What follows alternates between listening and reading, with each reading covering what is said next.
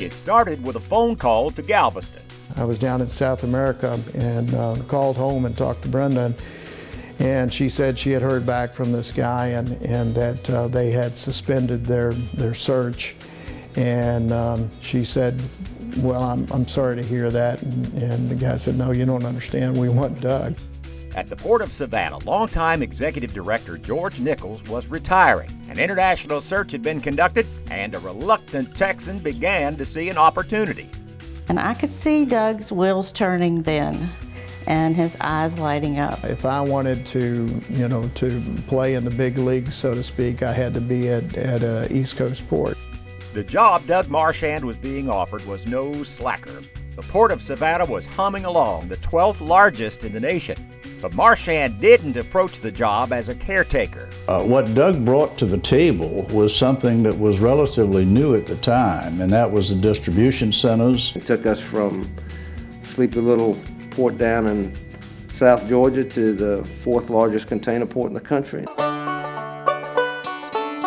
Settling the family in Savannah was top priority, and son Jack quickly found a baseball team where Dad became assistant coach, a position that revealed the character that would also drive GPA. He was just able to relate to the boys and get them to do what they needed to do without yelling or screaming or berating anybody. And if they won, that was fine.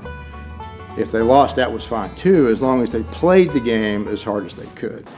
Marchand brought the same spirit to the port as he began to create a culture to grow the business. During the day, he was all about this port and making it a successful business enterprise. He was patient. He was serious. What they did was to go out and to make sure that Savannah and Brunswick had the capability and had the infrastructure and the equipment to handle the cargo for the vessels and the shippers and to move it in and to move it out in a very fast and efficient manner.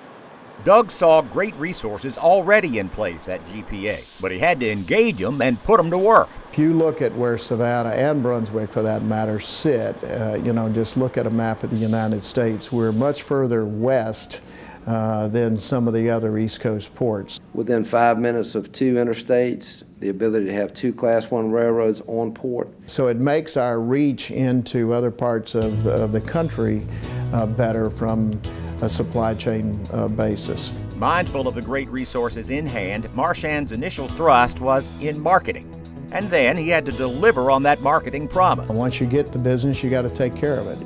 Technology was a focus too, and a place where the Marchand competitive vision began to be clear. We did a 5-year plan, and we decided that we would always stay 2, 3, 4 steps ahead. Well, I think you can look at Jacksonville to the south and Charleston to the north, combine the two of them, and we're twice as big as they are now. From the outset, Doug knew that he had to fire on all cylinders to create a port that would thrive. Doug had a tremendous single-mindedness about where he wanted to take the port, and I think he had a unique ability to put together a first-rate team. He always said he would put his staff and his folks up against any other port in the country.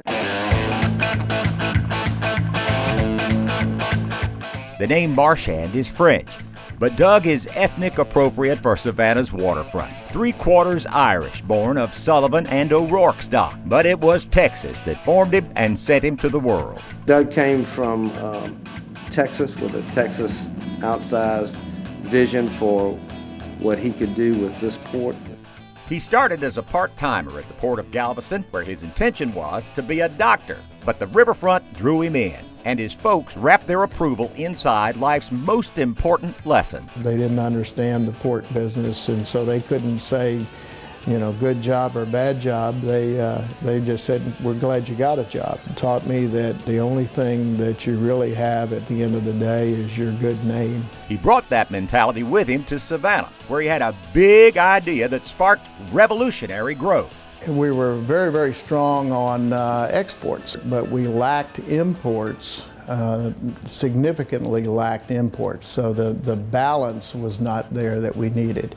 The big import ports were where the population resides, like in New York, New Jersey. You won, and you deserved it. You worked hard for it.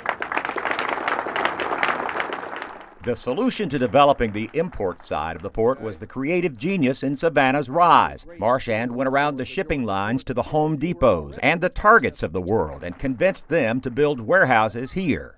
Home Depot will be building its first import warehouse and administrative building here in Savannah. We developed a strategy to go after that business.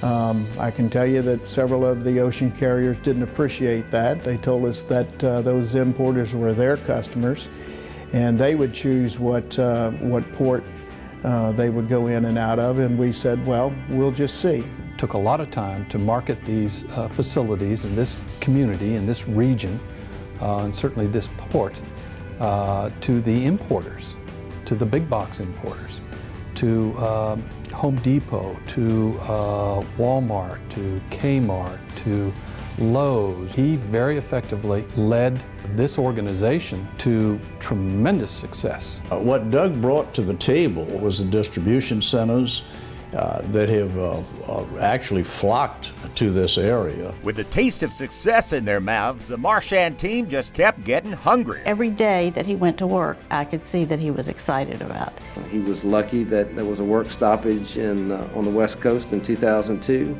and he took advantage of that, racked up a over 20% increase. The next year you would think that there'd be a drop-off. Instead, he put up another 14% increase.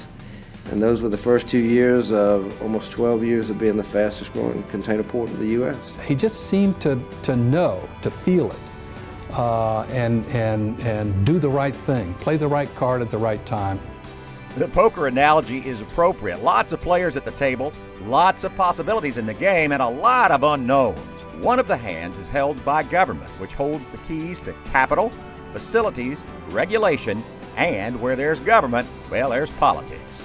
He had a great relationship with the General Assembly and the governors, and he was blessed to have that support, but he was also smart enough to marshal that support and help galvanize all of that political, economic, business, and his own staff and board to a common purpose. Yeah, I don't know if there was a strategy. It was a lot of begging, you know. Every year we had to plead for the money that we needed for capital improvements, and then say to them, oh, by the way, we pay this money back.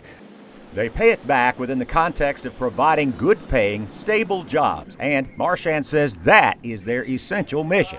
You're an economic development engine, and it's to put people to work. The amount of thousands of jobs that have come to Georgia as a result of the growth of the Georgia Ports Authority has just been unbelievable. 1 out of every 7 jobs in the state of Georgia is created or exist because of something that the ports do.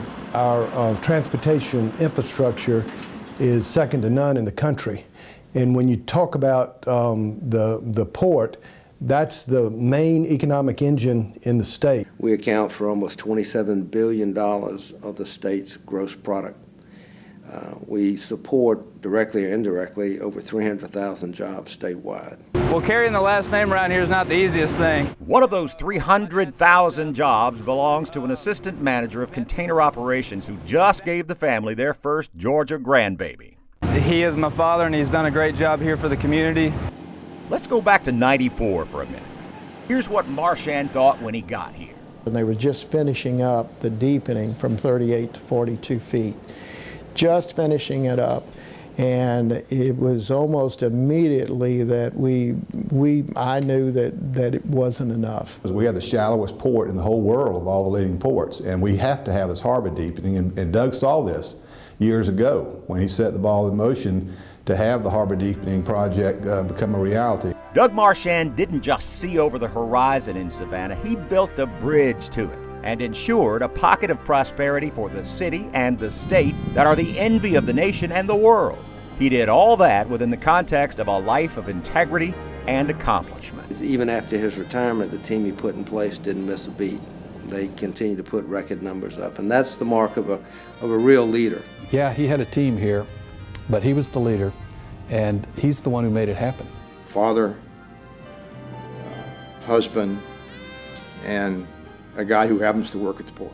When we would go to him on a charitable situation or a community involvement situation, he would say, "Don't use my name, but use Georgia Ports, and yeah, we'll commit."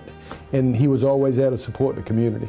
He expects excellence and he strives for it. He demands a lot of the people that work around him, but he demands a great deal more from himself. This city and this whole region is thriving, even in down economy, because of the port. It's a direct reflection of Doug's leadership in making Savannah Port and the port in Brunswick grow.